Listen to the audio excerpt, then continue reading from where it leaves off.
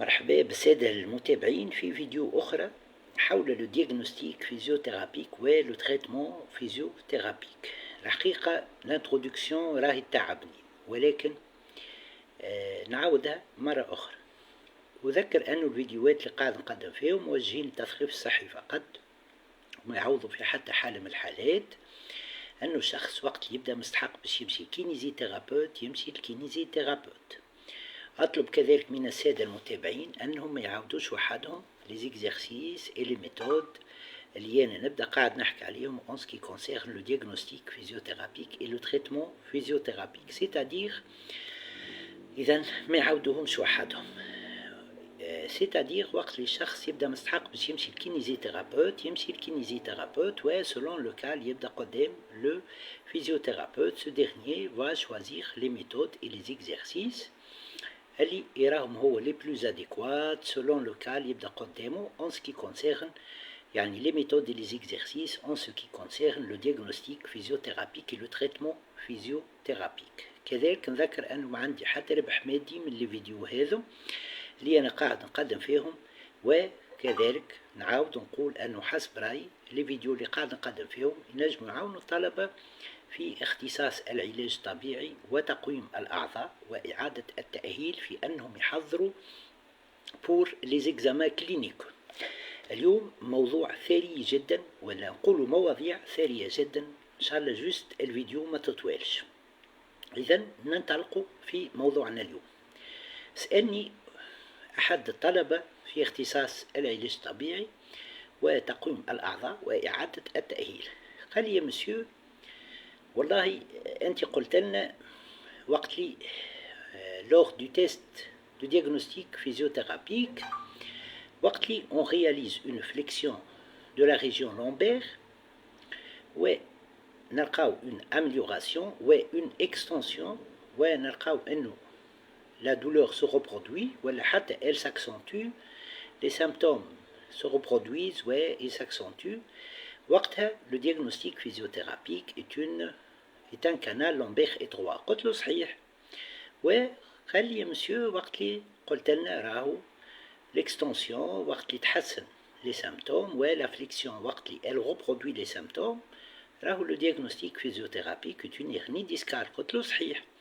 باهي خلي مسيو كيف تبدأ عندنا دولور في l'extension du rachis lombaire وحده ولا في الفليكسيون du rachis lombaire؟ c'est quoi le diagnostic physiothérapique؟ نذكر أني فيما يخص لا لومبالجي بمختلف لي باثولوجي اللي نجم يكونوا موجودين من ديبانسمون من لومباغو وإلى غير ذلك، حكيت عليهم برشا وان ديتاي en ce qui concerne le diagnostic physiothérapique le traitement physiothérapique. ولكن يقعد سؤال ممتاز باهي عجبني أنا السؤال، ولا ريبونس هي شنو؟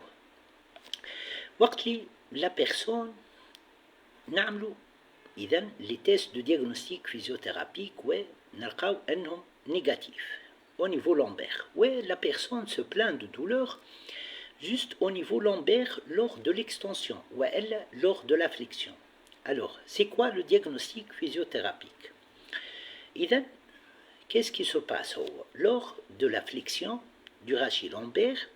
Femme ce qu'on appelle la capsule articulaire postérieure, et là elle sera en position d'étirement.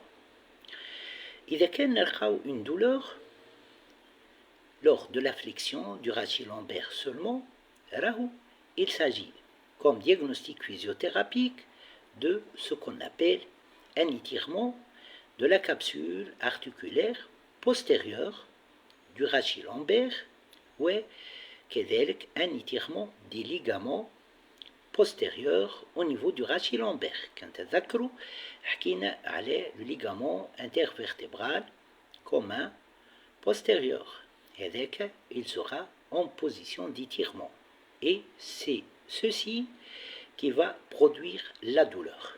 إذا كان نلقاو معناها une sollicitation exagérée de ces structures capsulo-ligamentaires معناها la capsule articulaire et les ligaments ونلقاو juste في الفليكسيون une douleur. Là on est en présence de capsule articulaire ligaments au niveau lombaire طبعا نحكيو qui sont en étirement, qui sont hyper étirés. C'est le diagnostic physiothérapique. Par contre, lors de l'extension du rachis lombaire, qu'est-ce qui se passe réellement? Il y a juste une douleur au niveau du rachis lombaire lors de l'extension de ce rachis. وعملنا les tests de diagnostic physiothérapique الآخرين الكل ولقيناهم négatifs. Alors, à quoi penser? Alors là, le diagnostic physiothérapique sera ce qu'on appelle une compression au niveau capsulo-ligamentaire. كيف ما قبيل un étirement, là, c'est l'inverse, c'est la compression. C'est la compression de ce qu'on appelle les structures capsulo-ligamentaires. كيفاش تصير هالcompression?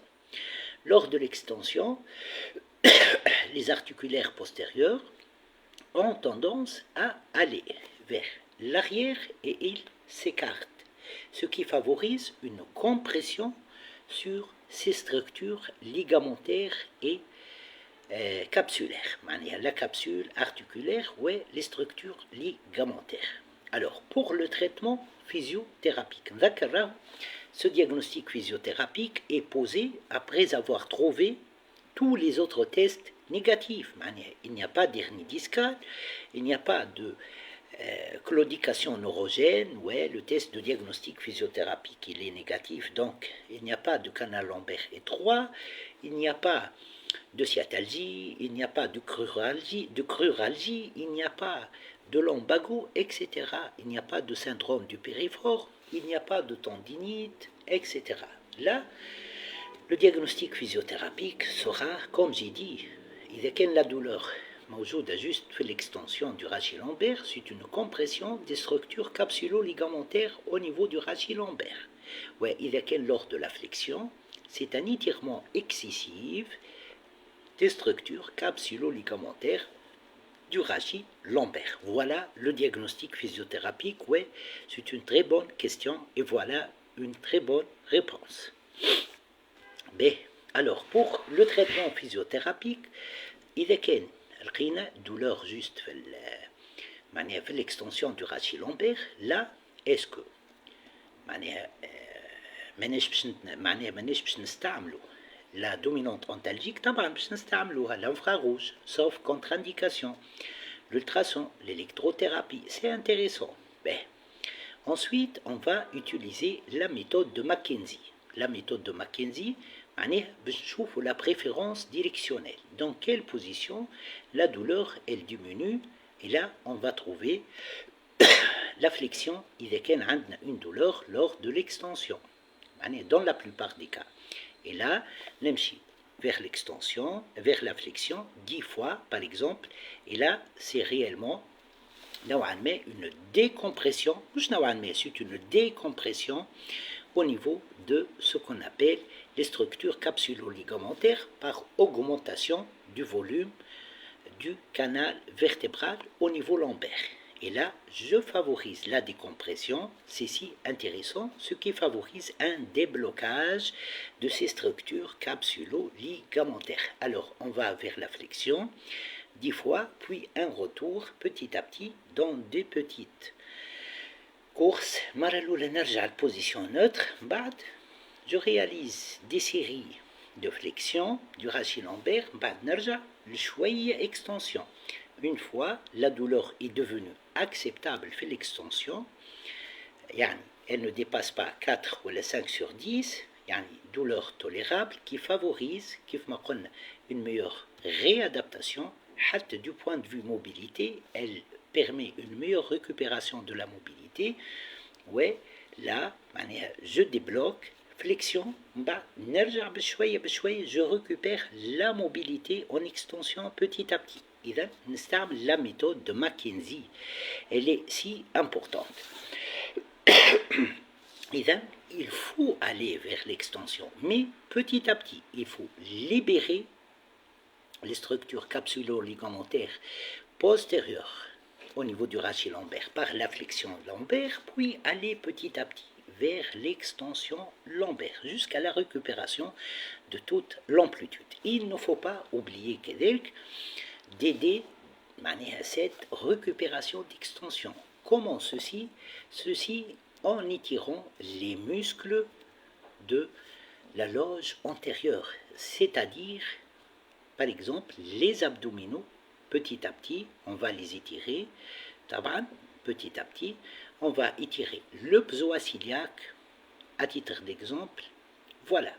إذن on va aller petit à petit, une fois تمكنا من la récupération de l'extension, j'accentue شوية les exercices et j'utilise ce qu'on appelle la gymnastique médicale en extension. Voilà, des exercices de gymnastique médicale vers l'extension. Le principe, c'est dominante antalgique, puis décompression par ce qu'on appelle le travail vers la flexion, des exercices vers la flexion, retour vers la position neutre du rachis lombaire, vers des petites amplitudes d'extension jusqu'à la récupération. Une fois au sol de la récupération, j'accentue l'amélioration de la mobilité des fibres musculaires, la mobilité de la capsule articulaire et la mobilité ligamentaire. Et ceci en proposant aux patients des exercices de gymnastique médicale en extension. C'est intéressant. La douleur, elle est vers la flexion. On a le diagnostic physiothérapique juste في الفlexion. On a la douleur موجودة في الغشي lombaire. Là, on a ce qu'on appelle un étirement excessif des structures capsulo-ligamentaires. Au niveau du rachis lombaire. Ainsi, comment on va procéder? La dominante antalgique, on va utiliser l'ultrason, on va utiliser l'infrarouge, on va utiliser l'électrothérapie, puis qu'est-ce qu'on va faire? On va utiliser, d'accord, la préférence directionnelle, mais la flexion tati douleur parce qu'il y a un hyper-étirement, une hyper-distension de la capsule articulaire postérieure et une hyper-distension de ce qu'on appelle les ligaments du rachis lombaire postérieur. Et là, بالنسبة préférence directionnelle, dans la plupart des cas, l'extension, on va aller vers l'extension, l'extension 10 fois, بعد نرجع à la position neutre, بعد extension 10 fois, نرجع position neutre, extension du rachis lombaire, position neutre, بعد extension du rachis lombaire 10 fois, نرجع بشوية dans des petites courses vers la flexion. المرة هذه, elle sert encore à une autre chose, l'extension.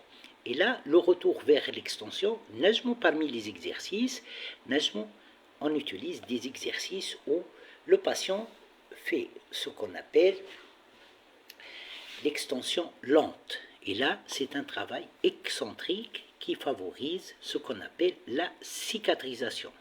Alors, pour freiner l'extension, il va utiliser principalement les abdominaux, les fléchisseurs, et par la suite, c'est un travail excentrique qui favorise la cicatrisation.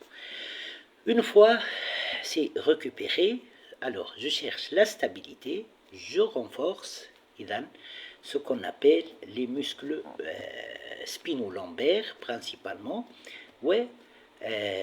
كيف ما قلت كذلك il faut chercher la stabilité en renforçant la loge antérieure et la loge postérieure, les deux, pour avoir un équilibre musculaire.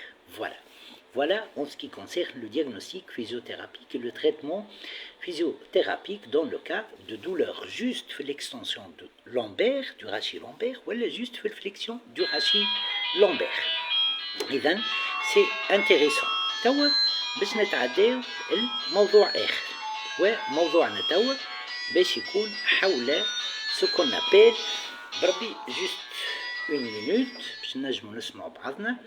alors توا باش نتعداو موضوع آخر كيف ما قلت وهو كان تتذكروا حكينا على لو تيست d'assistance scapulaire وقت اللي قلنا أنه ساعات il y a de la douleur في الفليكسيون de l'épaule, de la gléno-humérale, qui fait suite à une non-synergie de glissement de l'homo-cérato-thoracique sur la grille costale lors de la flexion de ce qu'on appelle la gléno-humérale. Et là, on a le test d'assistance scapulaire où on traite cette douleur, cette limitation, flexion qui est due à la non-synergie, voilà, le manque de synergie, le déficit de synergie entre le glissement de l'homocérato-thoracique sur la grille costale ou la flexion de l'épaule. اليوم باش نحكي على نوع آخر من ce qu'on appelle les pathologies au niveau de l'omoplate. Et là, on va parler de ce qu'on appelle, تابعوا معايا بالكدا, l'accrochage des tendons. Alors, principalement, on va dire la lésion, وإلا نقولوا حتى نقولوا la lésion إذن des muscles responsables, ولا نقولوا la sous-activation مثالش des muscles responsables de la bascule postérieure de l'omoplate et du glissement latéral de l'omoplate sur la grille costale, معناها la sonnette latérale. وقتاش هذا lors de l'accrochage des tendons de la coiffe des rotateurs avec ce qu'on appelle l'arc coraco-acromial, qui est une voûte osseuse. إذا parfois قلنا وقت الشخص يبدأ عنده ce qu'on appelle un syndrome d'accrochage entre les tendons de la coiffe, des muscles de la coiffe des rotateurs, et les hommes, le sous-scapulaire, le sous-épineux, le sus-épineux, et le petit rond, la longue portion du biceps, avec la voûte osseuse et ce qu'on appelle l'arc coraco-acromial. Là, ça fait suite à quoi? يعني le diagnostic physiothérapique إذا كان en réalisant le test اللي باش نحكي عليه توا ونلقى test positif, le diagnostic physiothérapique est ce qu'on appelle une sous-activation des muscles responsables de la bascule postérieure de l'omoplate ou de la sonnette latérale de l'omoplate وقتاش lors de l'accrochage, du syndrome d'accrochage des tendons des muscles de la coiffe du rotateur avec la voûte osseuse constituée par l'arc coraco-acromial. C'est quoi la bascule postérieure de l'omoplate? Regardez, voilà. Là, c'est ce qu'on appelle la bascule antérieure de l'omoplate. Et là, c'est la bascule postérieure de l'omoplate. Là, c'est la sonnette latérale, l'omoplate تمشي vers l'externe. Parce que je réalise une flexion de l'épaule, l'omoplate, elle va glisser vers l'externe. Alors, quel est le test de diagnostic physiothérapique pour savoir ça?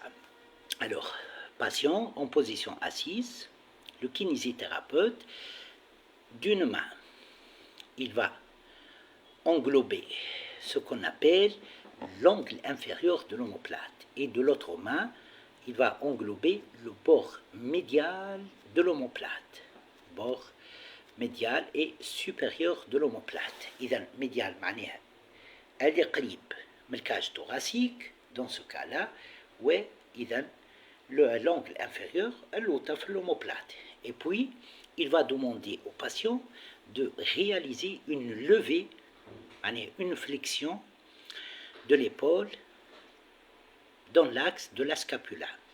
Elle diffère de la flexion, la flexion c'est ça, de l'épaule, mais pour la scapulation, oui, scapulation, c'est la levée de l'épaule dans le sens de la scapula, la flexion de l'épaule dans le sens de la scapula. Qui fait هذه?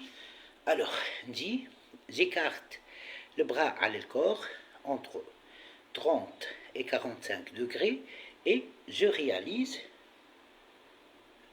une flexion. Et là, c'est une scapulation, c'est une levée dans le sens de l'omoplate. Voilà, نعاود 30 à 45 بعد شوية et je réalise la flexion. C'est une scapulation, c'est une levée de l'épaule dans le sens de la scapula.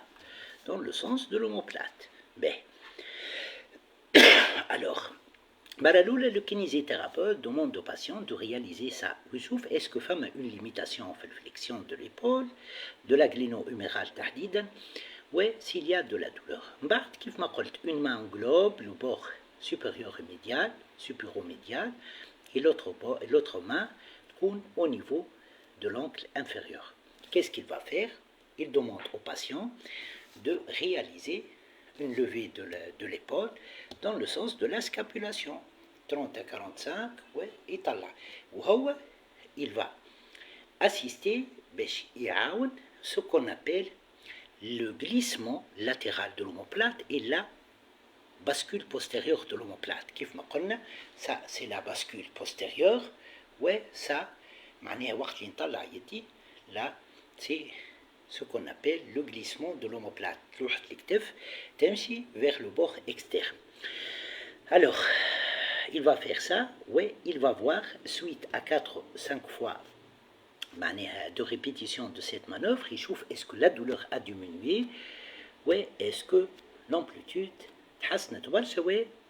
si elle est récupérée. Alors, dans ce cas-là, si le test est positif, il y a une douleur نقصت, ouais, l'élévation de l'épaule صارت وقلت حسنت, alors là, ولا حتى الدولار تنحت, dans ce cas-là, on dit que le diagnostic physiothérapique est une lésion des muscles responsables de la bascule, une sous-activation ahsen, des muscles responsables de la bascule postérieure de l'omoplate ou de la sonnette latérale de l'omoplate.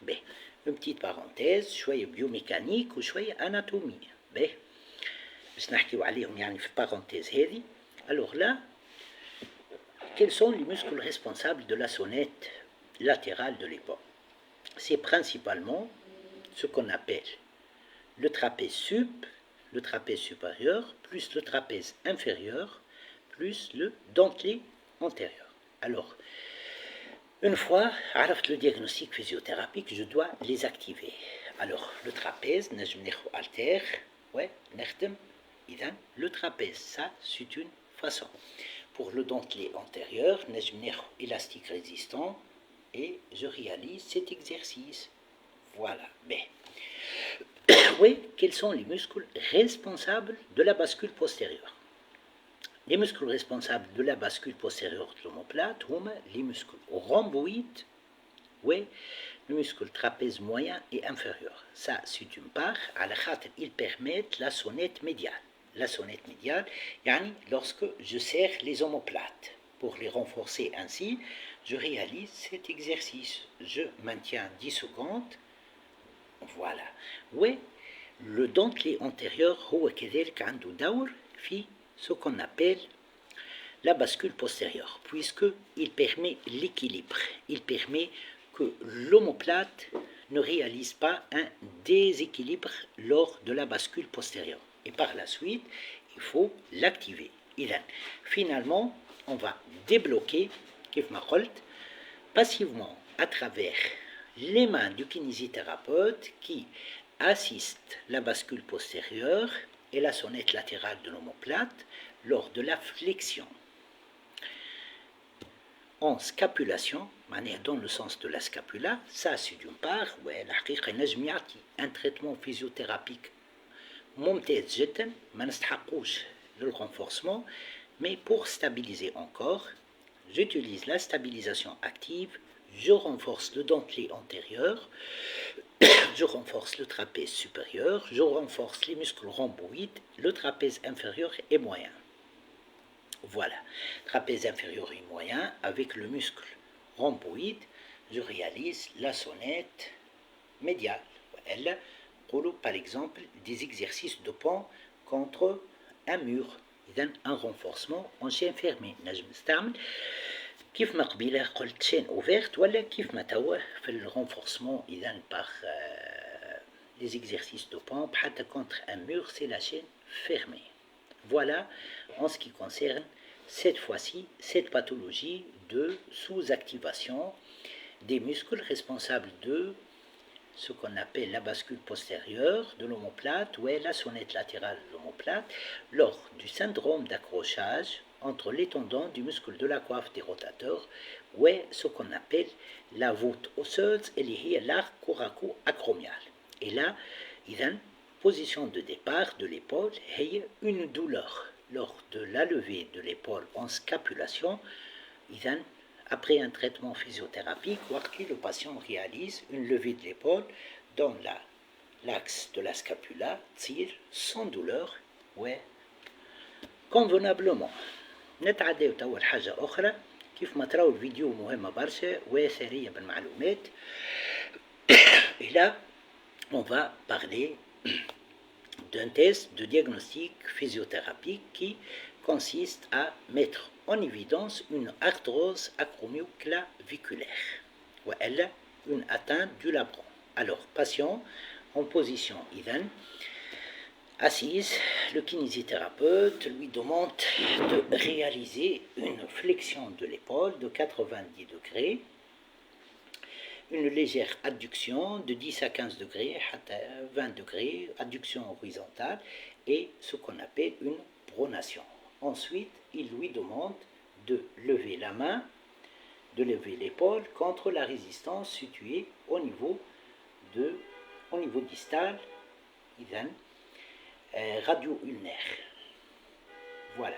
Et là, s'il y a de la douleur, deuxième phase du test de diagnostic physiothérapique, épaule en flexion, puis supination, adduction kil'ad, et on demande au patient on résiste, l'avant-bras en pronation, avec l'avant-bras en supination, la résistance au niveau distal de l'articulation radio-ulnaire. Voilà, au niveau distal, on dit radio-ulnaire. Et il y a femme de la douleur. Lors des deux phases, là, on est en présence de ce qu'on appelle une arthrose acromioclaviculaire. Regardez,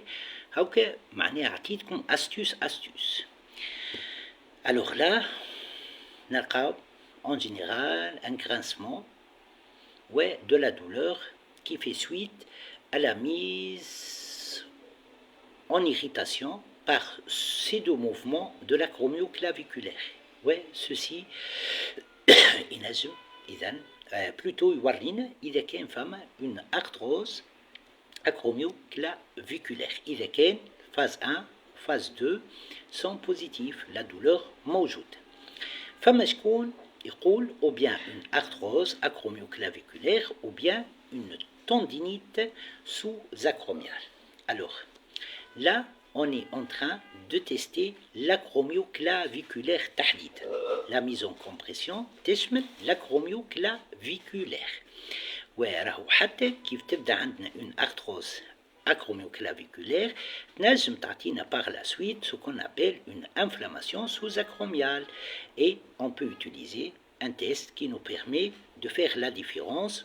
هو le test كيف ما قلنا épaule en flexion de 90 degrés, coude en flexion de 90 degrés et je réalise une rotation interne maximale. S'il y a de la douleur, c'est une inflammation au niveau sous-acromial et c'est aussi une bursite.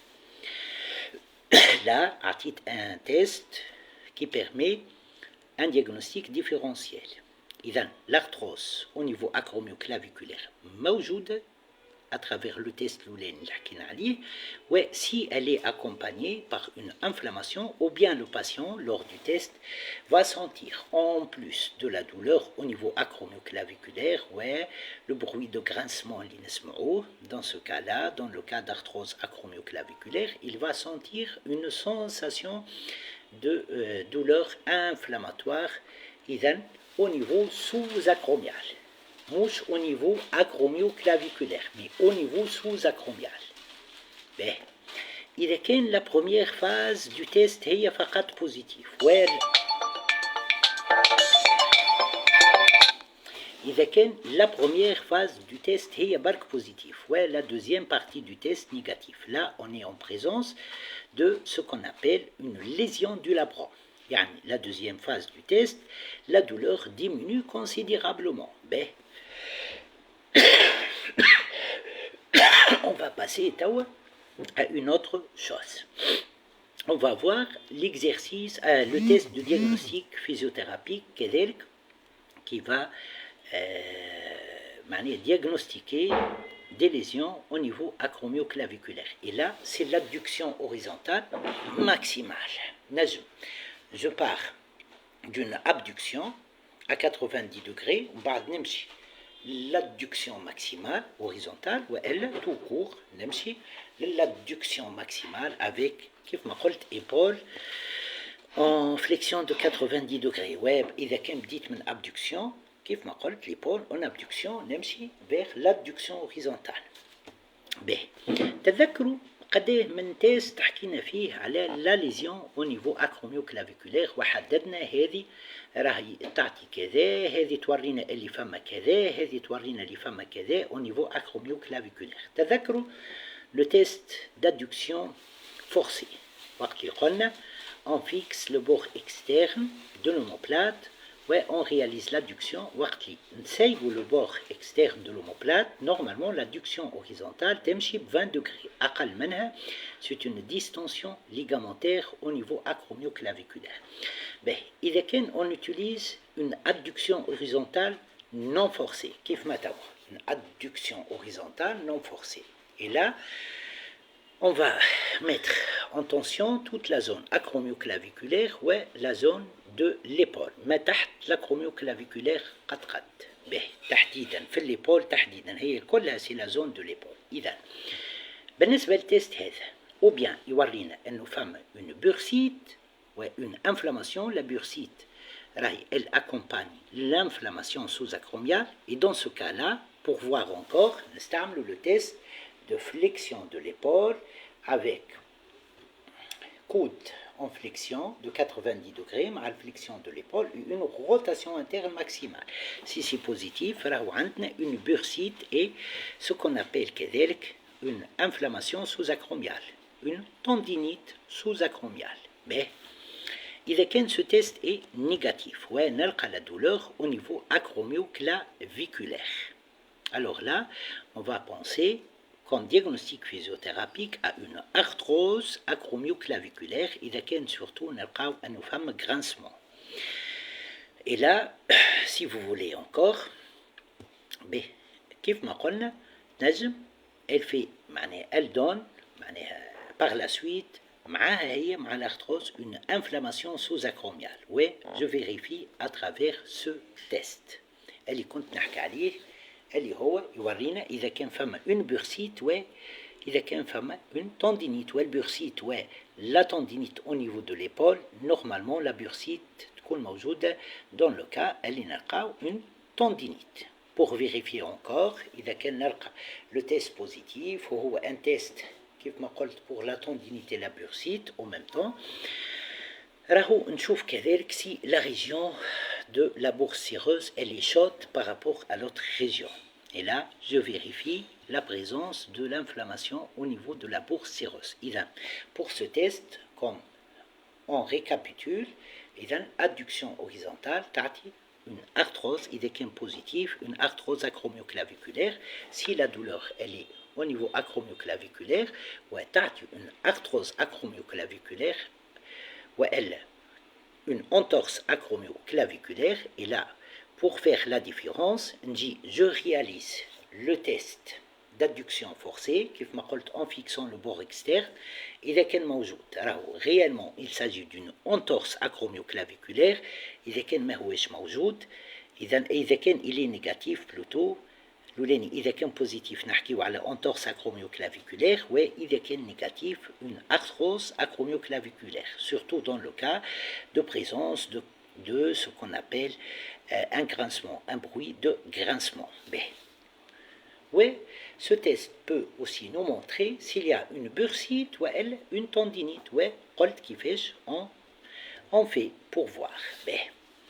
Encore pour voir si ce test a une arthrose acromioclaviculaire ou une arthrose acromioclaviculaire عندنا كذلك نلقاو مثلا une entorse acromioclaviculaire. À part le test d'adduction forcée, horizontale, je réalise les tests du tiroir antérieur et postérieur au niveau de l'omoplate, ouais, le tiroir, ouais, le test de glissement de la partie distale de l'omoplate du haut vers le bas.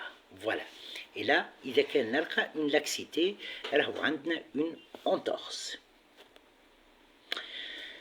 Passons à une autre chose.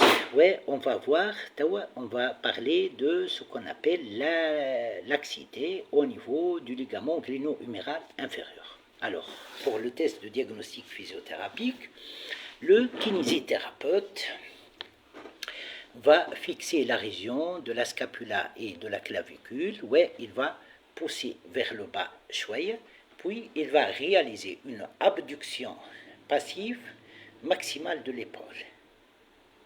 Voilà, une abduction passive maximale de l'épaule. Site باش نقول حاجة وهي أنه le code il est en flexion de 90 degrés. إذا كان la valeur بين 85 و 90 il n'y a pas de laxité au niveau du ligament gléno-huméral inférieur. وإذا كان l'abduction passive dépasse 105 degrés, le diagnostic physiothérapique est une instabilité gléno-humérale par une laxité du ligament gléno-huméral inférieur. Le test, je fixe l'omoplate, je fixe la clavicule, je réalise une pression vers le bas. Puis, on a le coude en flexion de 90 degrés et abduction passive. Voilà. Passons à ce qu'on appelle le test de ligament transverse, puisque on a le ligament gléno-huméral inférieur. Ligament transverse, on a la région cervicale ou dans d'autres régions, au niveau de l'épaule. Épaule en abduction de 90 degrés et le kinésithérapeute réalise des rotations internes et externes de l'épaule. L'index au niveau de ce qu'on appelle la coulisse bicipitale au niveau du tendon du long fléchisseur du biceps. Voilà, l'index c'est le doigt et les bas de pouce. إذا كان نلقى un claquement palpable au niveau du tendon, là on est en présence d'une subluxation à ce niveau. Sinon, on va parler de quoi? On va parler de tendinite au niveau de la longue portion du biceps. On va parler aussi de ce qu'on appelle une lésion du ligament transverse de l'épaule. وإحنا نحكي توا على les tendinites. فما un autre test نجمو نستعملوه pour voir la tendinite du sus-épineux, elle est la rupture, patient en position assise.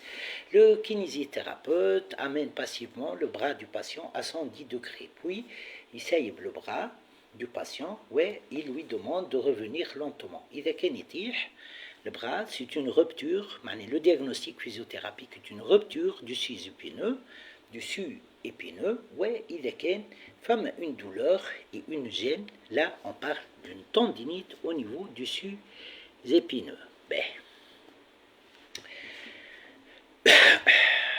peut-être الفيديو باش تطويل برشا، إذا نحاول توا نختم بالتست هذا اللي باش نحكي عليه qui va concerner ce qu'on appelle l'instabilité antéro-inférieure de l'épaule. إذا le test consiste à fixer d'une main la tête radiale, l'omoplate ou le clavicule, l'autre main au niveau de la partie distale de l'humérus, et le kinésithérapeute va pousser vers le bas, va réaliser une traction de l'humérus vers le bas.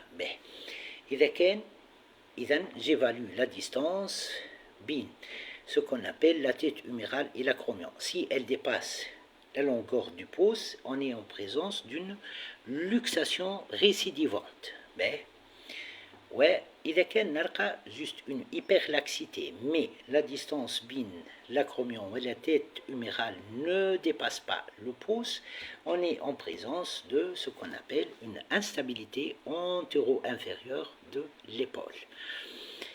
de la gléno-humérale, ouais, qui est causée principalement par une atteinte au niveau de ce qu'on appelle la capsule articulaire à son niveau inférieur.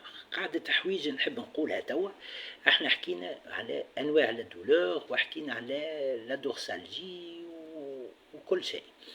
الوغ لا تقريبا كل شيء. الوغ لا نسيت باش نقول قبل الحاجة pourquoi وقت يبدا عندنا un grand pectoral qui est volumineux et un petit pectoral qui est volumineux et qui sont rétractés. Pourquoi on a de la douleur au niveau dorsal? Il a cette attitude avec un grand pectoral, un muscle grand pectoral rétracté et volumineux avec le petit pectoral rétracté et volumineux.